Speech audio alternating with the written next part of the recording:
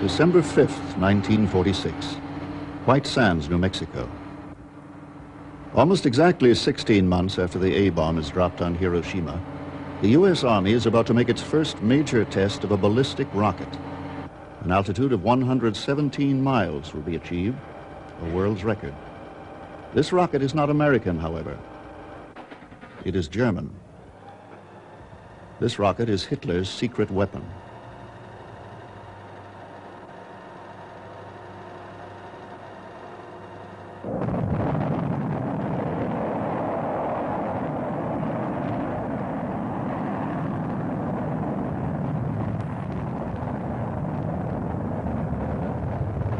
We are familiar with U.S. and Russian missiles for carrying nuclear warheads and men to the moon. But this could not have taken place were it not for what happened in Germany between 1924 and 1945. Their space rockets were developed from futuristic fantasy into military reality. This one, the V-2, was used to attack both London and Antwerp.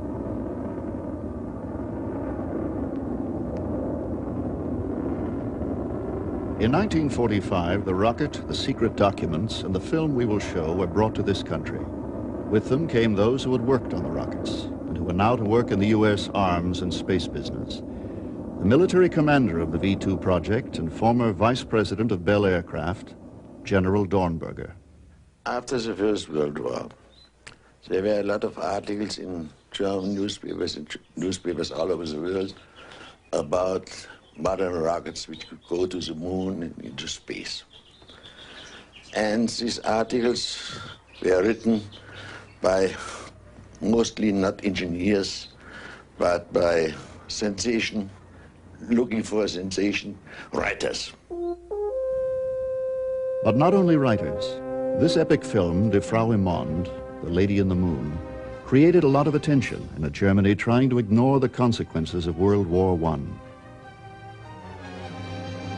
One of those intrigued by the film was a senior V-2 engineer now at Rockwell International, Dr. Kraft Erika.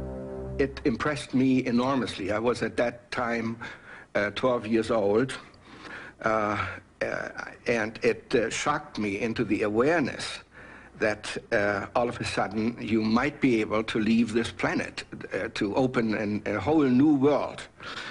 And since my interest already at that time was in history, in astronomy, in the evolution of man, so to say, in a very simple way, it kind of gave me a tremendous impulse to interest myself in space.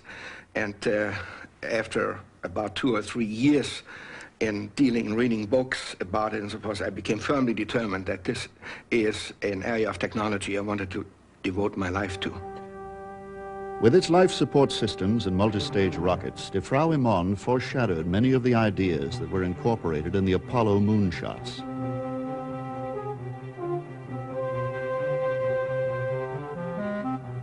The fact that Die Frau im Mond attracted engineers was one reason that German rocket development went ahead of the rest of the world. But the film was not just idle fantasy. Fritz Lang, the director, had appointed one of the great minds in rocketry as his advisor, Hermann Oberth. Oberth was an obscure Romanian schoolteacher. It was his book, with its extensive theoretical detail, that was also the starting point for an aristocratic schoolboy fascinated by space travel, Wernher von Braun. I was appalled by the fact that it was filled with mathematical equations, and at that time, neither math nor physics were exactly my strengths at school, so I went to my math teacher and asked him what I could do to understand this book, because I really wanted to understand whether it was possible to build such rockets. What then is a rocket? This is the basic diagram taken from Oberth's book. To operate outside the atmosphere, a space rocket must be self-contained and consist of a compartment for the guidance system that can pass instructions to the steering mechanism, a compartment for the fuel, another for the oxidizer, which is essential because in space there is no outside air, a combustion chamber capable of controlling the explosion that gives the rocket its thrust, and a configuration that will enable it to fly with stability. That is a theory. To put it into effect will require the development of whole new technologies.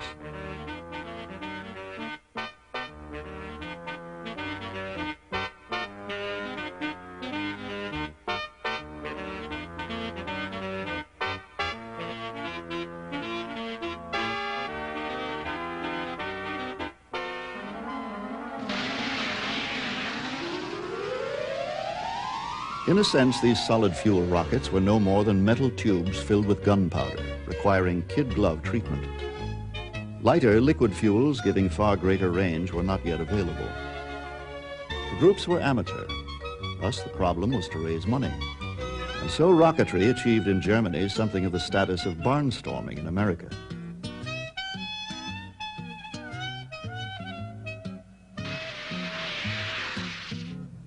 Other people had other ideas. Gerhard Zucker thought that he would use a rocket to send mail to America.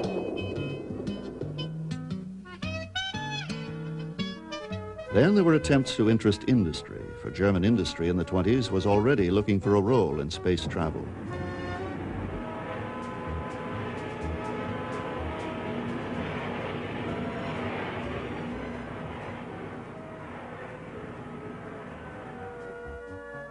From the beginning, however, manned flight was in mind, and all the appropriate scientific tests being made.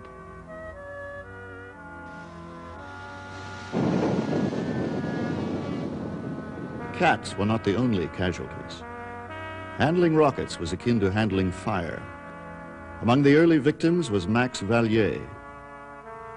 A close friend of his, a senior V-2 engineer and later manager of the Saturn V project, was Arthur Rudolph.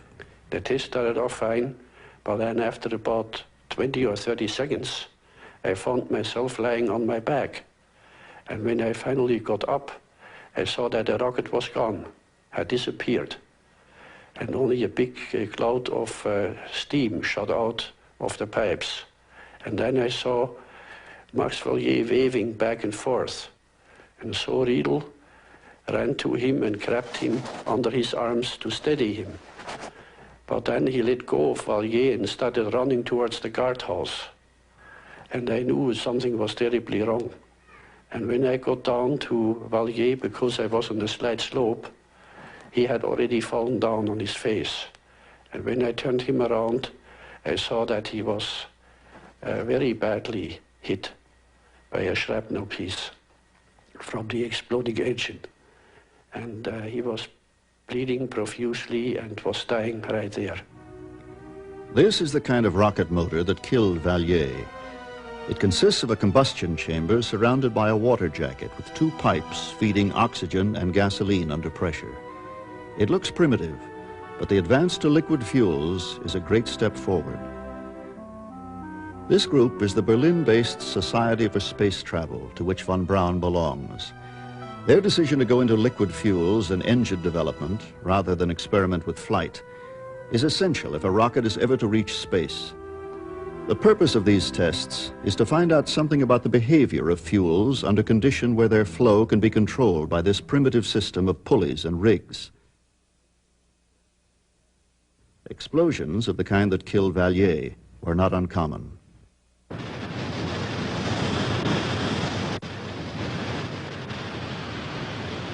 The liquid coming out of the top is water for cooling. As a rocket is no more than a controlled explosion, the only way so far to prevent the apparatus melting is to attach to it the water main. Thus, it is a major event when Johannes Winkler makes a liquid fuel rocket with everything self-contained. He has surrounded the motor with the fuel tanks, using the fuel itself for cooling. The date is October 6, 1932. This test is to prove a milestone in the development of rocketry in Germany. One reason this test is important is that it's an early major test of the liquid fuel rocket in flight. But there is another. The presence of the military, severely curtailed in Germany as a result of World War I. The Treaty of Versailles had forbidden the German army to develop certain guns and weapons which were superior. And we were restricted, the German army was restricted to very primitive weapons. When the army recovered a little bit, they thought about weapons which could replace this old junk, and found out in these articles a way to develop this kind of weapons.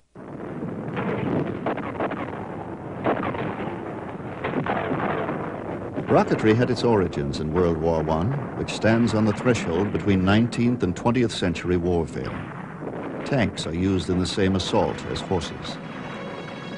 The question that concerns those who remain in the defeated German army is how it can modernize itself. One possibility would have been the development of more weapons like this, the Paris gun. But the Paris gun was banned under the Versailles Treaty. However, there is in the treaty no mention of rockets. Why not a rocket as a kind of gigantic flying shell? With this in mind, the army, in the person of General Dornberger, makes overtures to a 19-year-old German engineering student. Now I was looking for people who could help us. We had one mechanic, and that was all. And I met Wernher von Braun during my visits at the Raketenflugplatz Berlin, and met him later on a car drive from a meeting in Berlin to my home, where he interrupted our talk with a typical scientific remark. When I asked him how he knew about it, he said, I worked in that field. I said, okay, why don't you come to my office? Maybe I have a position for you. Now he said, we have to conduct this work behind the fence of an army post because we are interested in keeping this work secret, classified. And so he offered me one half of one old test stand in Kummersdorf to conduct this work. It was at Kummersdorf, outside Berlin, that the first two army-backed rockets, the A-1 and the A-2, were developed. It was there that the rocket engine was tested, but the actual flight had to take place here, on the island of Oy in the Baltic. The rocket in this crate is the Army's third model, the A-3, with a thrust 50 times as great as any rocket we have yet seen. While there has been rocket development in other countries, under Goddard in the US, for example, military backing has now put German rocket development way ahead of the rest of the world. So the talk of getting into space is no longer a fantasy. The main problem of the rockets, however, is no longer power, but stability. In this rocket, von Braun has inserted a gyroscopic stabilization system connected to the exterior tail fins. If this works, it will prevent the rocket flying randomly and will be the successful culmination of 5 years' work by von Braun and his team.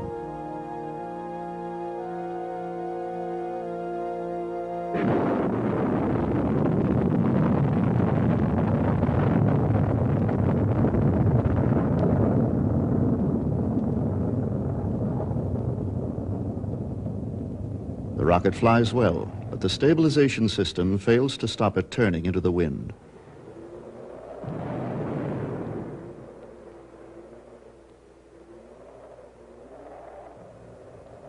The next day, a second A-3 is fired.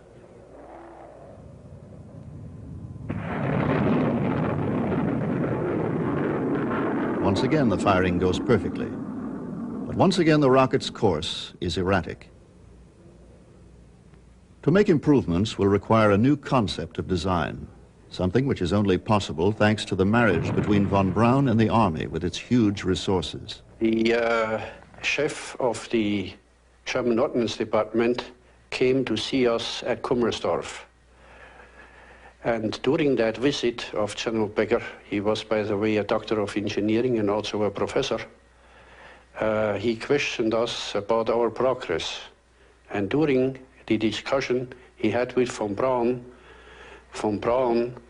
did not talk about the weapons we were supposed to build, but about spaceflight.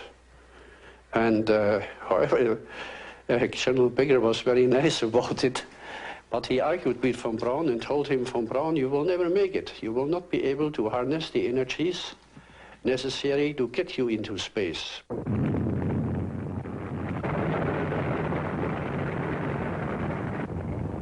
By the time the A-3 is tested, not only do the pioneers of German rocketry have the support of the German army, the Versailles Treaty has been torn up by Hitler. In 1935, Germany has rearmed. What will Hitler's attitude to the rocket be? For the moment, the rocket is not commanding enough resources to catch his personal attention. Although once World War II begins, the fortunes of the rocket and Hitler's own fortunes will become dramatically entwined. As yet, Hitler's attention is more with the conventional forces and with the Air Force. In the rearmament, the emphasis is on the new Air Force under Hermann Goering. Thus far, the rocket has been supported by the Army. The rocket has been seen essentially as a huge artillery shell.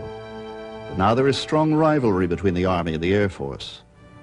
Might not the Air Force, the new prestige service, have a use for rockets as well? Of course, as a newborn service, they were rich and young and energetic and had absolutely no concern even of picking up technology from a sister service. So they asked us whether we could develop a rocket power plant that we could put on an experimental basis into an existing propeller-driven fighter aircraft. We accepted this job because they paid, and it was like working for a contractor. This is the Heinkel 112, the first rocket-assisted airplane to be designed by von Braun and his team. Within a few months, it is ready for test trials. They said, gee, this is great, let's have more of this. Now, very soon it turned out that the Air Force wanted additional things, like J2 units to help push big bombers with extra payload off runways. And to do all this, we would have to build new facilities, hire new personnel, and so forth. And we said, then we have to move somewhere else. Now, the Air Force thought in terms of millions, where we thought in terms of thousands of marks. And so this Major von Richthofen, a nephew, by the way, of the famous Red Baron of World War I fame, who was in charge of aircraft development in the Air Ministry, said, oh, nothing to it. I give you 5 million marks, you know, and you build a facility somewhere else. Pre-war Nazi Germany. Even now, there is the beginning of a struggle for control of the rocket. It is taking place without Hitler's knowledge. It shows that all power in Germany does not rest with him. It's a struggle which von Braun is able to exploit. He describes the Army's reaction to the Air Force's offer. They had the feeling here was that junior service trying to steal a great new invention from the Army. And Becker made a comment that he would see to it that the Luftwaffe remained the junior service in this rocket field, which meant to all intents and purposes that he backed the Air Force's input of investment of 5 million marks with 6, and suddenly I had 11. And so in this way, we hit the big time. Von Braun took me with him to the German Air Ministry one day. And there we talked to a Mr. Dornberger. And within a few minutes, von Braun had convinced him that the Air Force and the Army together should establish a new place, a rocket development base. First thing was, of course, where should we go? It was pretty obvious that we should go to a site close to the water, because even then we were thinking of long-range rockets of the future.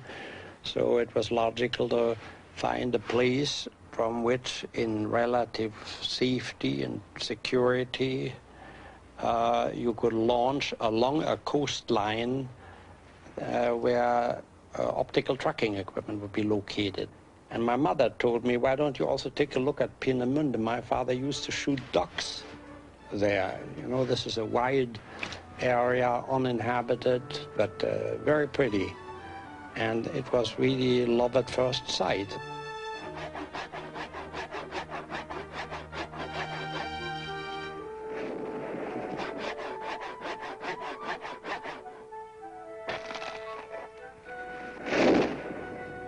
As a symbol of the Air Force's involvement, Peenemünde was not built to Army standards of construction, but to those of the Air Force, which were more comfortable. Gradually, the pleasant pine woods by the sea were being transformed into one of the largest establishments for military research in the world. But this was to be the beginning of the 1,000-year Reich.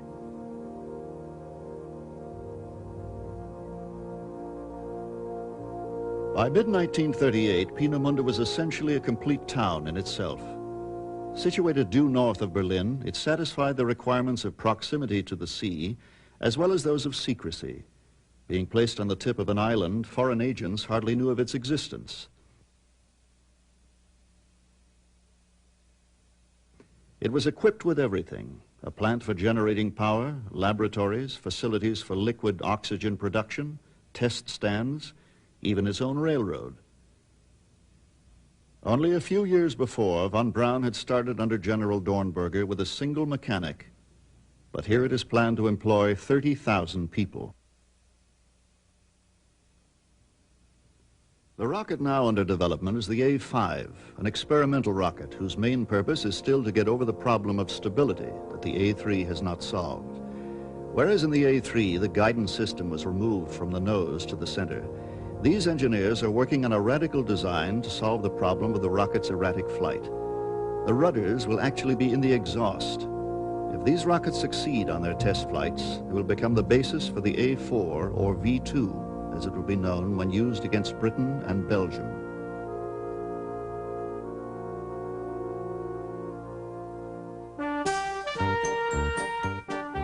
Although the main factories at Peenemünde are in production during 1938, the test stands are not yet ready. As a result, each rocket has to be taken by road and sea to the island of Oy for testing.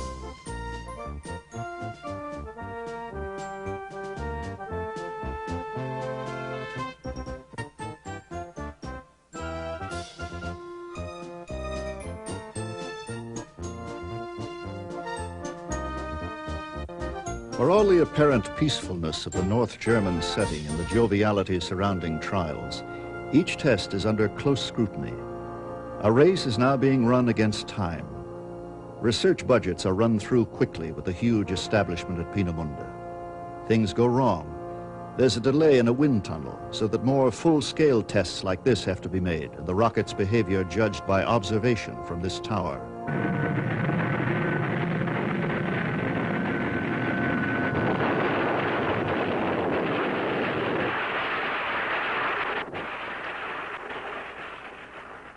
But as so many have done, the rocket turns into the wind and begins to spin.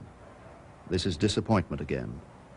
But there is one new development, the introduction of radio-controlled parachutes, so that for the first time, rockets can be recovered. Is this a potentially effective weapon? To take things farther will demand a quantum leap in the research budget, and all that involves politically in a Germany on the brink of war. In these circumstances, enthusiasm and influence are as important as money. In 1939, we were so far with the rocket development that we really could show something. And we were establishing at that time already the experimental station in Peenemünde, and we wanted more support. We knew that the project, when it really started running, would cost a lot of money. A lot of millions, hundreds of millions, even billions. And we needed the support of the only man in Germany who could give that money. That was Hitler. In March 1939, Hitler comes to a rocket motor test. You know, normally people were pretty much impressed by the noise, but he didn't say a word. And then we showed him a model of the A3, you know, with gyroscopes and all these things, and he listened quietly to my explanations, and at the end he turned away shaking his head. So I had the distinct impression that he felt that thing will never work, or a crazy idea or something like this. Well, Hitler's attitude toward technology must be understood I think, out of his historical view. And his historical view was strictly shaped by the battles and the events, I think, of the 17th, 18th, and the early 19th century. In September 1939, Hitler attacked Poland. The victory was an easy one and Warsaw totally destroyed. This was his great period of confidence. The idea of a wonder weapon with years of development ahead must have seemed remote. Was Hitler old-fashioned in his view of war? Or was it rather that his new ideas for high-speed blitzkrieg and bombing were achieving his aims? Yet, while he's caught up in the details of war, work on the rocket continues. Thanks to connections that General Dornberger and others have, during the first 2 years of the war, 1,200 engineers were sneaked out of the army under Hitler's eye, many of them saved from death on the Russian front. Their purpose was to develop the V2, whose engine is being tested here.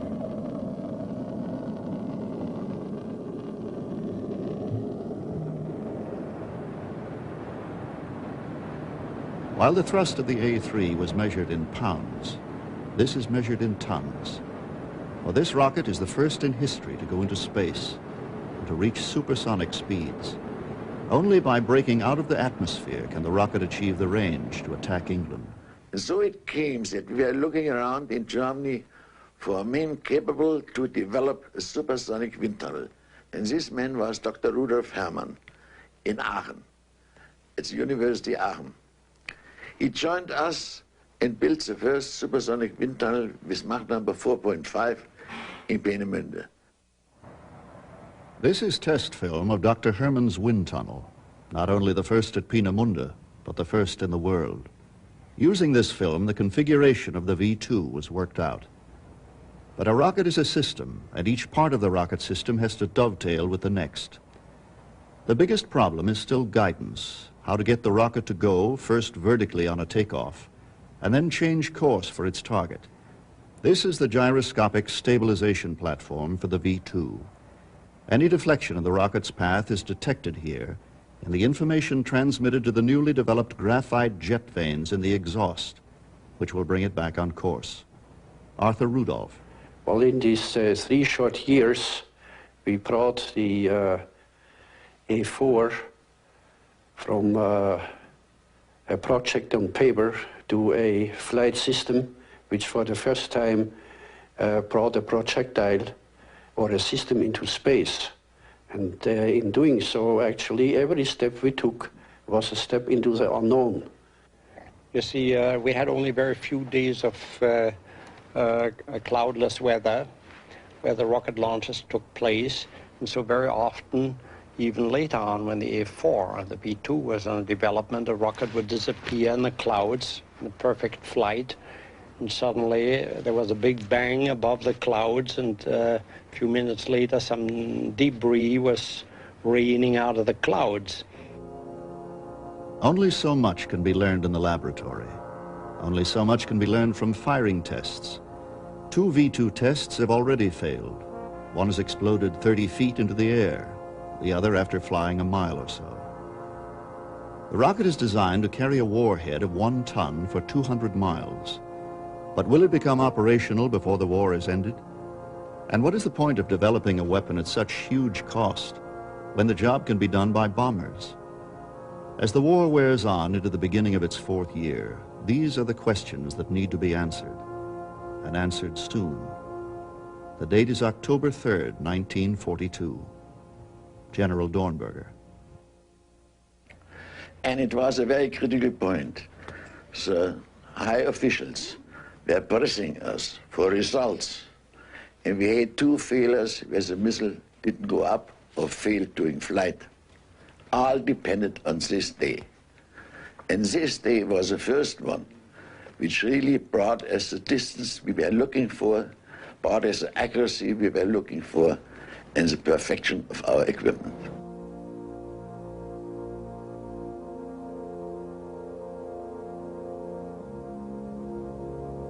On the side of the rocket is the insignia of the Lady in the Moon from Fritz Lang's film. It is 11 years since the German army first became involved in rockets. Those 11 years have witnessed what must be considered one of the major engineering achievements of the 20th century. This is to be the day of triumph.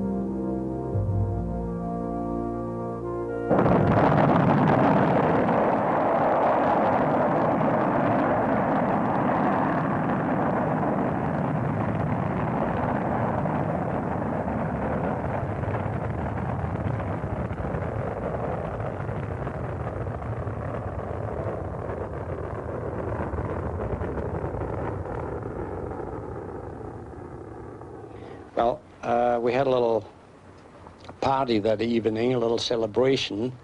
And I remember that Dornberger made a pretty emotional speech at that day, on that day, which typically didn't talk about weapons at all, but he said, "Do you realize that today the spaceship was born?"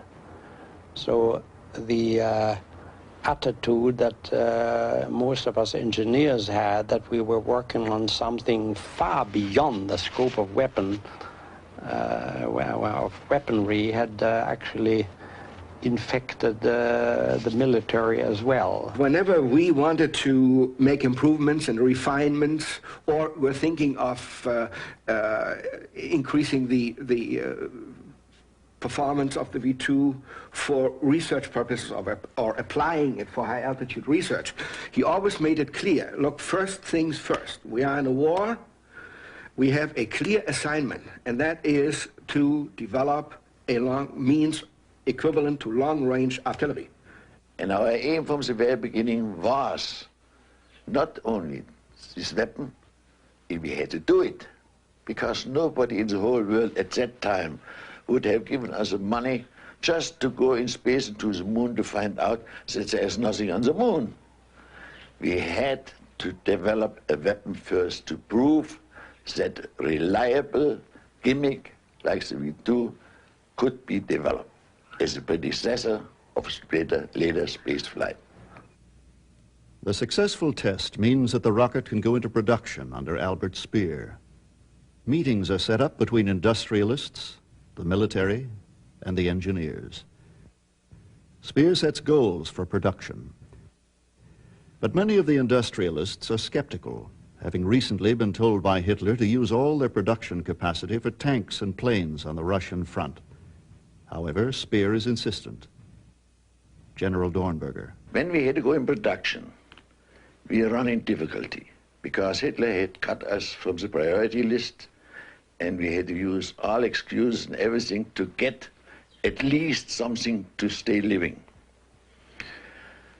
But Speer appointed Mr. Degenkolb, who was in charge, has been in charge before that, with the building of the war locomotive.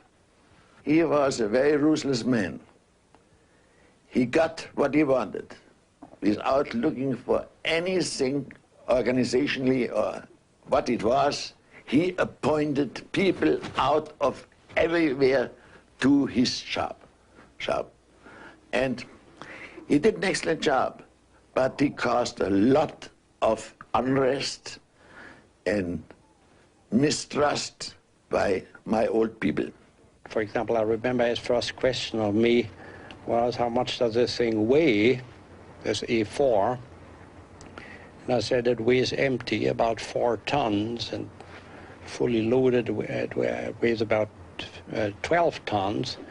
He said, well, I'm not interested in the fuel, I'm interested in the metal weight, 4 tons. Now a locomotive weighs about 100 tons, so the problem is about 1/25 of what building a locomotive. But in the early months of 1943, the problems lie not only in production, but at Peenemünde itself.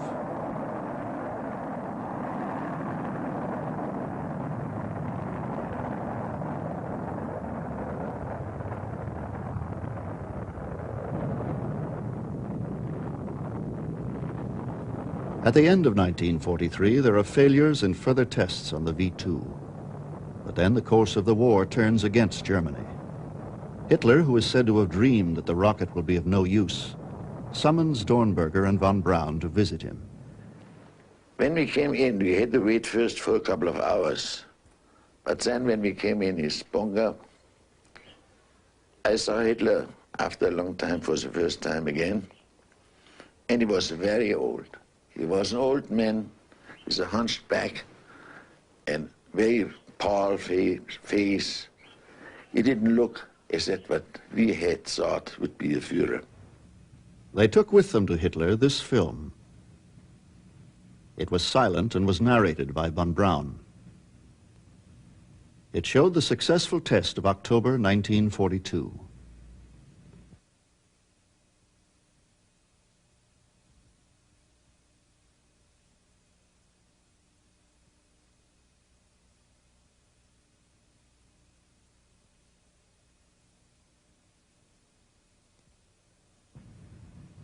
It then went on to show how the rocket was tracked electronically. Following this with these scenes of pre-war Peenemünde. Finally were superimposed the words, "We made it, after all."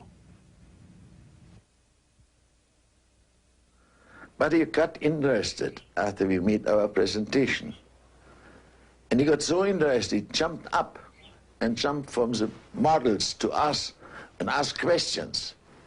It was like a completely change of a man. We didn't think that a man would be capable of doing that.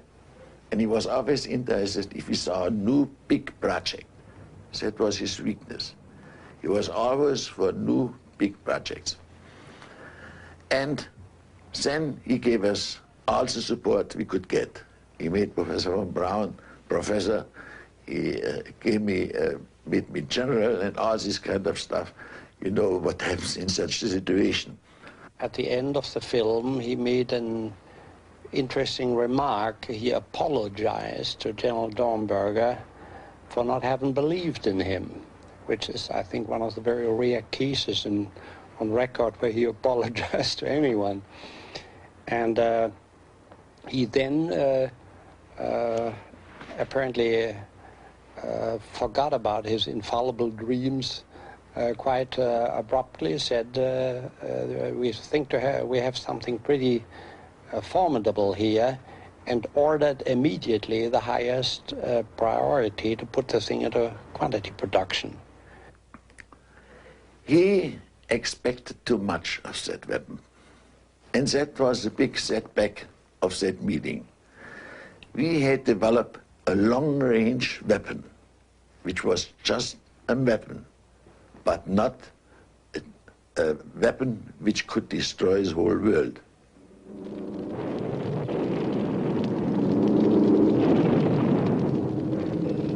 But then the bombing by the Allies meant that Germany's war production could not expand as fast as was needed to win the war.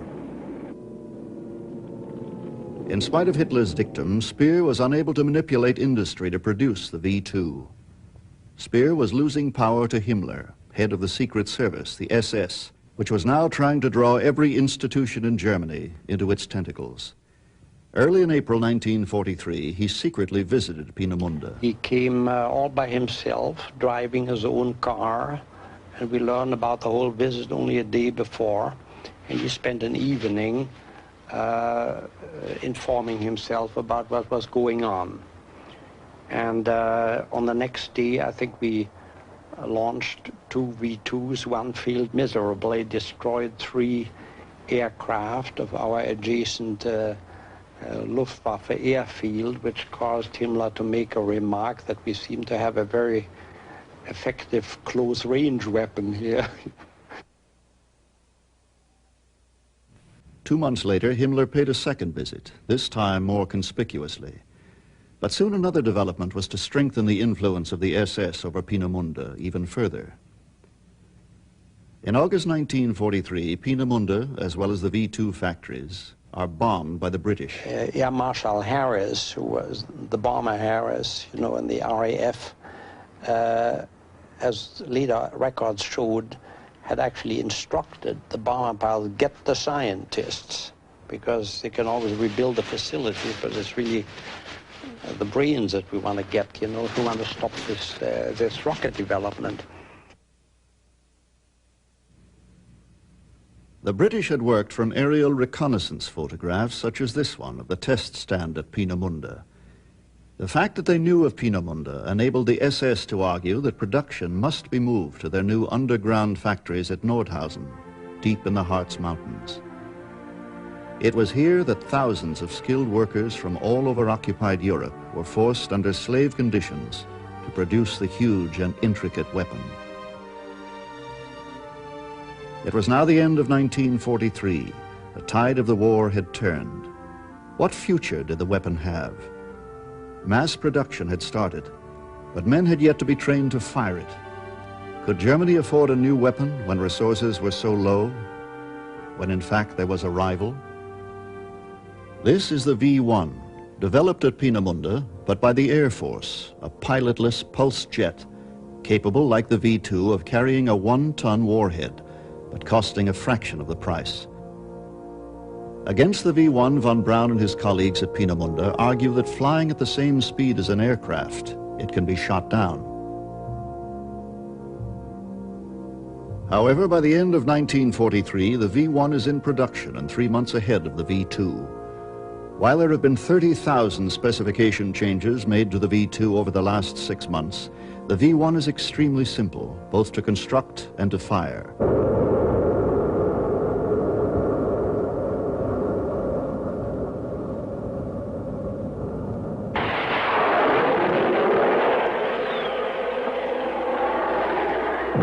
Meanwhile, the V-2, with its extraordinary complex mechanisms and in the rush for production, goes through yet another sequence of test failures.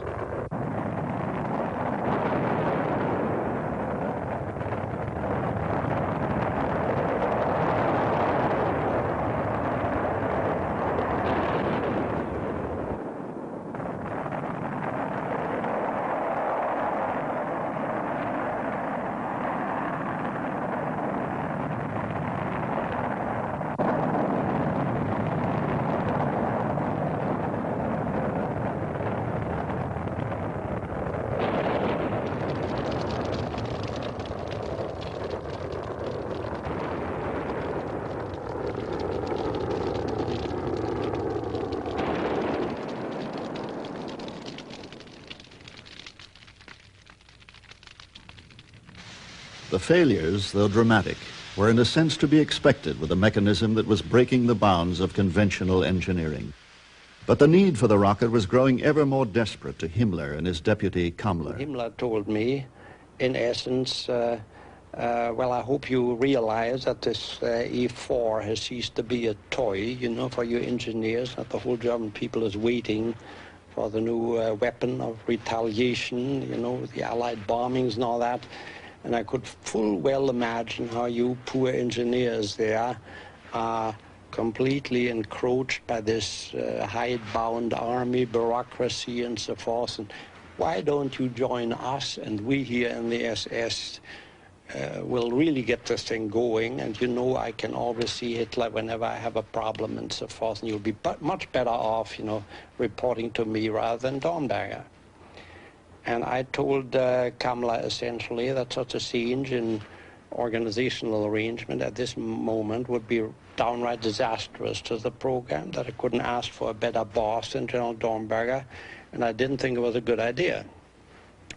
Whereupon I was dismissed with a sourly smile, and about 3 weeks later I was arrested. The main line of defense that Dornberger and we as a whole had was that we were the people who had the knowledge. The SS had the organization, they had the laborer, the slave labor and all this, but they didn't have in their own ranks the knowledge. Well, I was finally gotten out of the jam. I mean, it was really a dangerous situation, I believe, in retrospect. I was gotten out of the jam simply by Dornberger, going all the way up to the top, speaking to people like Field Marshal Keitel, who at that time was commander of the armed forces, all three services, and saw Hitler on a daily basis, and he also talked to Speer and so forth. He convinced these people that if they kept me in a clink, you know, there would be no E-4. It was now February 1944, with invasion by the Allies recognized as a certainty. Tests are run continuously in an attempt to catch up, many of them successful. But now a new problem arises.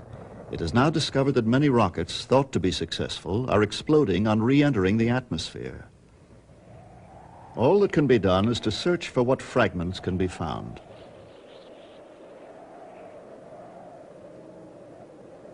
Without sophisticated telemetry, it's impossible to know what's going wrong. Twice the date for the military operation against Britain of the V-2 has been pushed back. Yet the nearer invasion comes, the greater importance the rocket assumes. A desperate battle is being fought against the inadequacies of technology and the reality of the war.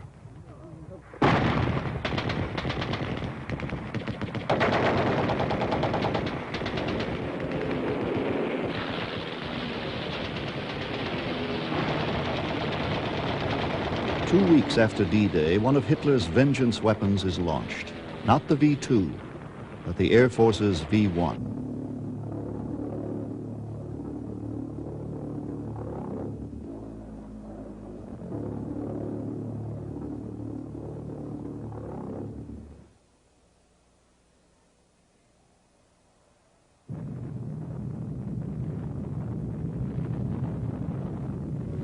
From June 1944 onwards, over 2,000 V-1s hit London, killing over 6,000 people. Those who had survived the Blitz earlier in the war spoke of the terrifying effect of these weapons. Nevertheless, only a quarter of those fired reached their target.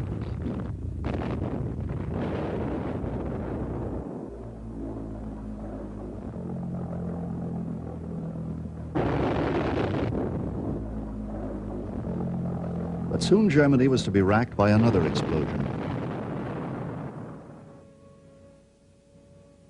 Das ist der Schauplatz des verbrecherischen Anschlages, den ein kleiner gewissenloser Offiziere am 20. Juli auf den Führer und auf den Stab der Wehrmachtführung verübte.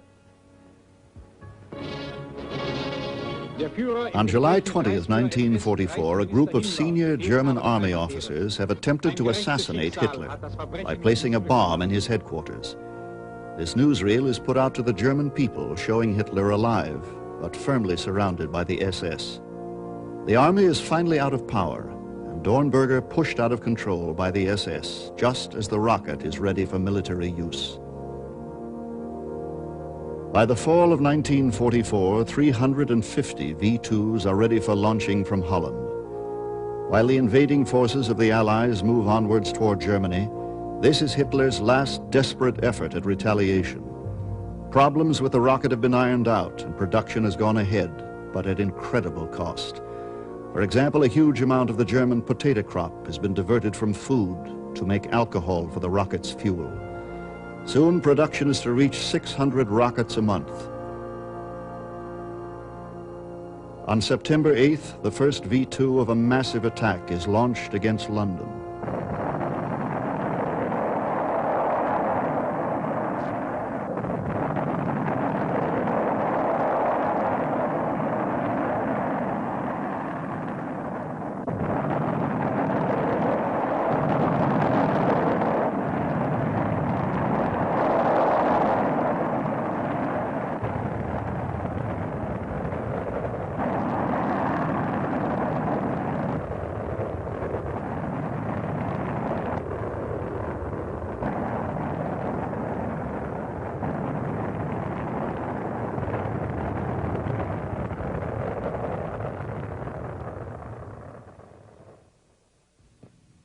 Over 500 V-2s land on London in the last months of the war, killing in 2 cases over 100 people at a time.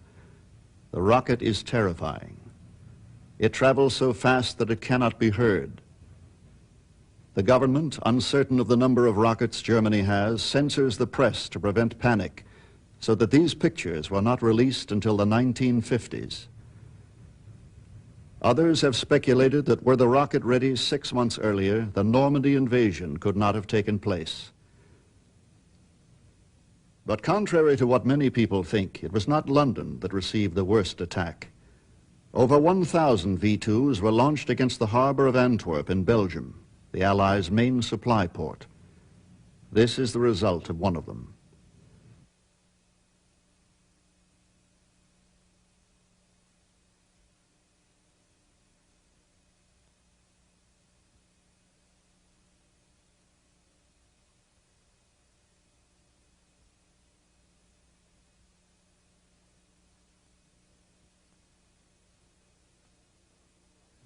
A single rocket in Antwerp killed 271 people. But Germany was now in the final throes of the war.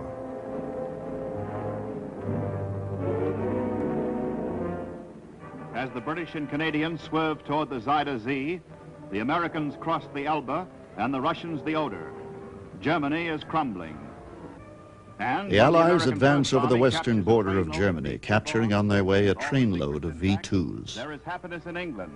Now, those left at Peenemünde have to decide what will be the fate of themselves and their ideas. January of 45, The military situation in Germany had deteriorated to the point where we could hear the Russian guns in the distance, and it was pretty obvious that we were confronted with a choice either to evacuate immediately and move west, or to wait for the Red Army to roll over.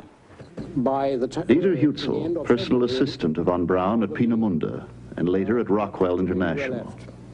I got a call from von Braun and left myself on the 13th of March. I was entrusted with the secret documents and other classified material and asked to hide them somewhere. For that purpose, I had to move north again. I found a suitable place in a mine, and after that had been accomplished, I returned to Bleicherode to report what I had accomplished. However, everyone had already left, including von Braun, so I had to move right on to Bavaria. Here I found him in Oberammergau, in a building that was occupied by an SS detachment. When Kammler found out that we had moved into this area, he one fine day hit upon the idea of picking out the 500 key scientists and engineers of Peenemünde and moving them to Bavaria under the pretext that they were too valuable to be captured by the Allies, but I still believe with the real idea of using us as bargaining chips to save his own life. There were sinister-looking fellows walking around, and I found von Braun inside of the building. I started reporting to him, but he said, do that later. Let's talk later about that. So after he was through with his business there, we went outside and I told him where the documents were. In the midst of all this, I was also involved in an automobile accident and broke my left arm, so I was hospitalized. It was a pretty confusing situation. He then said, we will not stay here in Oberammergau, we will move in with Dornberger, who has requisitioned a nice hotel in the Alps. Suddenly a man came into my hospital room and said, General Dornberger wants you to immediately leave the hospital here and join him up in a hotel higher up in the mountains, because the Free French Army was only about an hour away from Sonthofen, was the name of the town of Sonthofen. And if you don't want to be caught by the Free French, but wait for the war to end and the American army to wind up in American hands, you better leave that place. We expected to be overrun there by the Americans, not knowing that this was a demarcation line between the French and the Americans. So after the radio had told us for several days that Germany was now all overrun and the fighting had come to an end, still no one had shown up, French or American. So it was decided that von Braun's brother Magnus would be sent down to the American side and tell them where we were and that we were prepared to surrender. He went down with a bicycle, came back the same evening and said all arrangements had been made, and we all went down the next day, reported in at a border station to an American guard, and were then escorted into the small town of Reutte, where we stayed overnight, fairly comfortable. There was some name-taking and listing and of who and what, but not too much interrogation at that point. Next morning we had breakfast, after which we emerged from the mess hall into the cool, crisp air of that alpine region to face the cameras. General Dornberger, Dieter Hutzel, Wernher von Braun. This is the first film taken by their new allies of those who made the V2.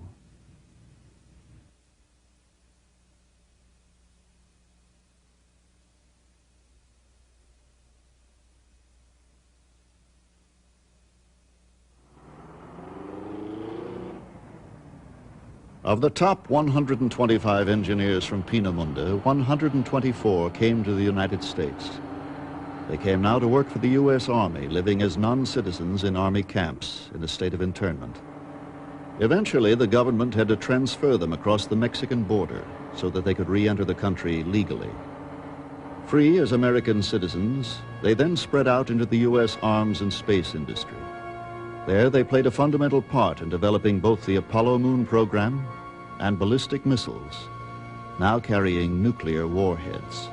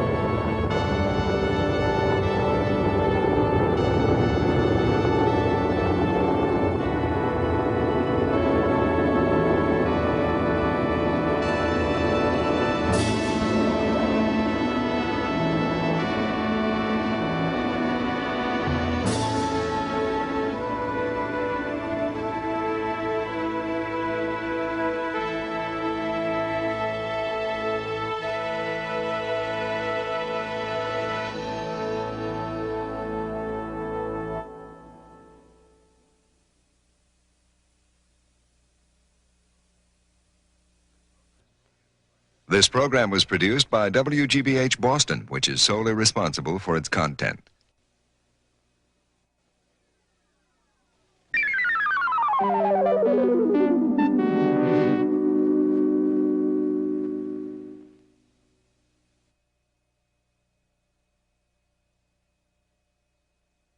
And these articles were written by mostly not engineers, but by sensation, looking for a sensation, writers.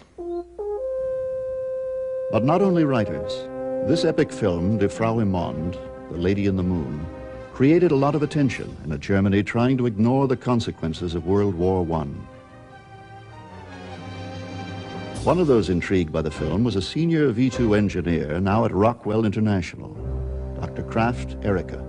It impressed me enormously. I was at that time 12 years old, and it shocked me into the awareness that all of a sudden you might be able to leave this planet to open a whole new world. And since my interest already at that time was in history, in astronomy, in the evolution of man, so to say, in a very simple way, it kind of gave me a tremendous impulse to interest myself in space. And after about... wanted to understand whether it was possible to build such rockets. What then is a rocket? This is the basic diagram taken from Obert's book. To operate outside the atmosphere, a space rocket must be self-contained and consist of a compartment for the guidance system that can pass instructions to the steering mechanism, a compartment for the fuel, another for the oxidizer, which is essential because in space there is no outside air, a combustion chamber capable of controlling the explosion that gives the rocket its thrust, and a configuration that will enable it to fly with stability. That is a theory. To put it into effect will require the development of whole new technologies.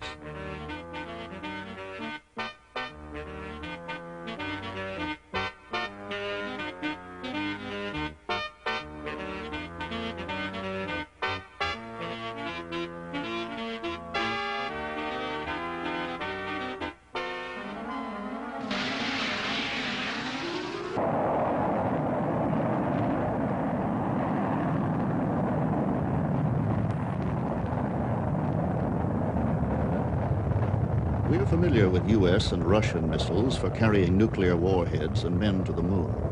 But this could not have taken place were it not for what happened in Germany between 1924 and 1945. Their space rockets were developed from futuristic fantasy into military reality. This one, the V2, was used to attack both London and Antwerp.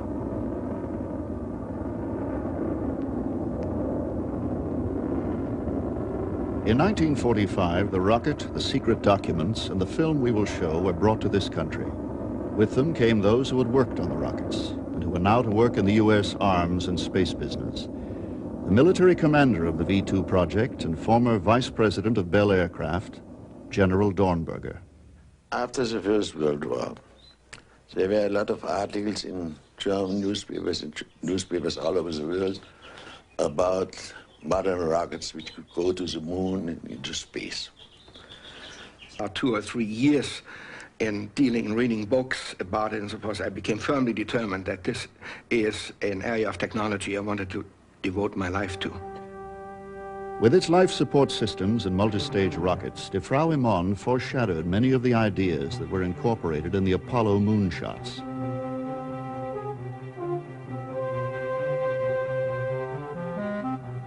The fact that Die Frau im Mond attracted engineers was one reason that German rocket development went ahead of the rest of the world. But the film was not just idle fantasy. Fritz Lang, the director, had appointed one of the great minds in rocketry as his advisor, Hermann Oberth. Oberth was an obscure Romanian schoolteacher. It was his book, with its extensive theoretical detail, that was also the starting point for an aristocratic schoolboy fascinated by space travel, Wernher von Braun. I was appalled by the fact that it was filled with mathematical equations, and at that time neither math nor physics were exactly my strengths at school, so I went to my math teacher and asked him what I could do to understand this book, because I really